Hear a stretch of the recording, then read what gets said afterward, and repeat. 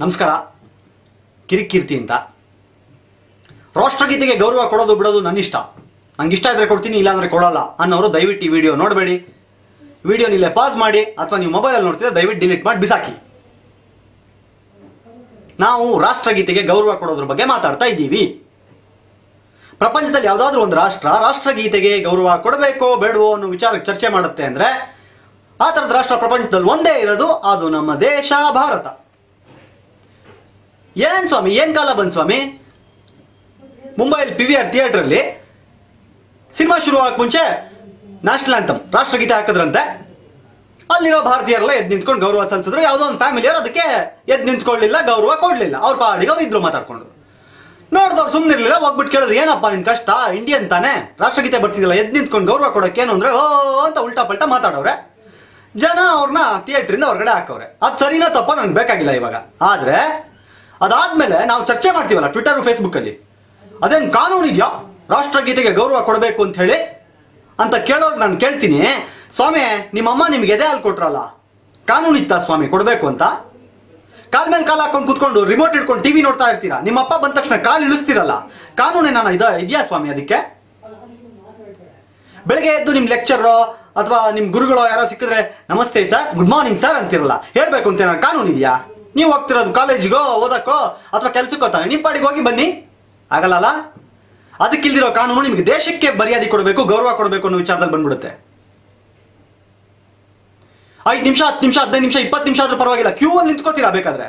ಆದ್ರೆ 52 second 52 seconds 52 second ಎದ್ದು ನಿಂತ್ಕೊಂಡು ರಾಷ್ಟ್ರಗೀತೆಗೆ ಗೌರವ ಸಲ್ಲಿಸೋಕೆ ನಿಮ್ಗೆ ಕಾನೂನು ಅಡ್ಡ ಬರುತ್ತೆ. ಕಾನೂನಲ್ಲಿಲ್ಲ, ರೂಲ್ಸ್ ರೆಗ್ಯುಲೇಷನ್ಸ್ ಏನಿಲ್ಲ. ಅದಕ್ಕೆ ನಮ್ಗೆ ಇಷ್ಟ ಇದ್ರೆ ಕೊಡ್ತೀವಿ, ಇಲ್ಲ ಅಂದ್ರೆ ಇಲ್ಲ. ದೇಶ ಅಂದ್ರೆ ಪೂಕ್ಷಟೆ. ನಿಮ್ಗೆ ನಿಮ್ಮ ಅಮ್ಮನಿಗೆ ಗೌರವ ಕೊಡ್ತೀರಿ ಅಂತಂದ್ರೆ ದೇಶಕ್ಕೆ ಗೌರವ ಕೊಡಕ್ಕೆ ಏನ್ರಿ ಬಂದಿರೋದು ನಿಮ್ಗೆ? ಅದ್ರ ವಿರುದ್ಧನೂ ಮಾತಾಡ್ತೀರಿ ಅಂತಂದ್ರೆ ಏನ್ ಸ್ವಾಮಿ ಭಾರತೀಯರು ನಾವು? ಅಬಾಬಾ, ಇಂಥ ವಿಚಾರ ಬಂದಾಗ ಅನ್ಸುತ್ತೆ ಹೌದೌದು ಇಂಟಾಲರೆನ್ಸ್ ಇದೆಯಪ್ಪ ದೇಶದಲ್ಲಿ ಅಂತ. Great sir. ಪ್ರಪಂಚದಲ್ಲಿ ಯಾವ್ದಾದ್ರು ಒಂದು ದೇಶ ರಾಷ್ಟ್ರಗೀತೆಗೆ ಗೌರವ ಕೊಡೋ ವಿಚಾರವಾಗಿ ಚರ್ಚೆ ಮಾಡುತ್ತೆ ಅಂತಂದ್ರೆ ಬಾ ನಮ್ಮ ಭಾರತ ಸ್ವಾಮಿ, ನಮ್ಮ ಭಾರತ ರೇ. ಭಾರತ ಅಂದ್ರೆ ಏನು ಗೊತ್ತೇನ್ರಿ? ಸೌತ್ ಆಫ್ರಿಕಾದಲ್ಲಿ ಇದ್ದವ್ರು ಜಾಂಡಿ ರೋಡ್ಸು ಇಂಡಿಯಾದಲ್ಲಿ ಅವ್ರ ಮಗಳು ಹುಟ್ಟಿದ್ಲು ಅಂತ ಅವ್ರ ಮಗಳಿಗೆ ಇಂಡಿಯಾ ಅಂತ ಹೆಸರಿಡ್ತಾರೆ. ಅದೇ ಮಗು ಪಾಕಿಸ್ತಾನದಲ್ಲಿ ಹುಟ್ಟಿದ್ರೆ ಆ ಮಗುಗೆ ಪಾಕಿಸ್ತಾನ ಅಂತ ಹೆಸರಿಡ್ತಿದ್ರು ಅಂತ ಅನ್ಕೊಂಡಿದ್ದೀರಾ? ಆಫ್ಘಾನಿಸ್ತಾನದಲ್ಲಿ ಹುಟ್ಟಿದ್ರೆ ಆ ಮಗುಗೆ ಆಫ್ಘಾನಿಸ್ತಾನ ಅಂತ ಹೆಸರಿಡ್ತಿದ್ರು ಅನ್ಕೊಂಡಿದ್ದೀರಾ? ಇಂಡಿಯಾದ ಮಣ್ಣಲ್ಲಿ ಅದಿದೆ, ಅದಕ್ಕೆ ಅವ್ರ ಮಗಳಿಗೆ ಇಂಡಿಯಾ ಅಂತ ಹೆಸರಿಟ್ಟಿರೋದು.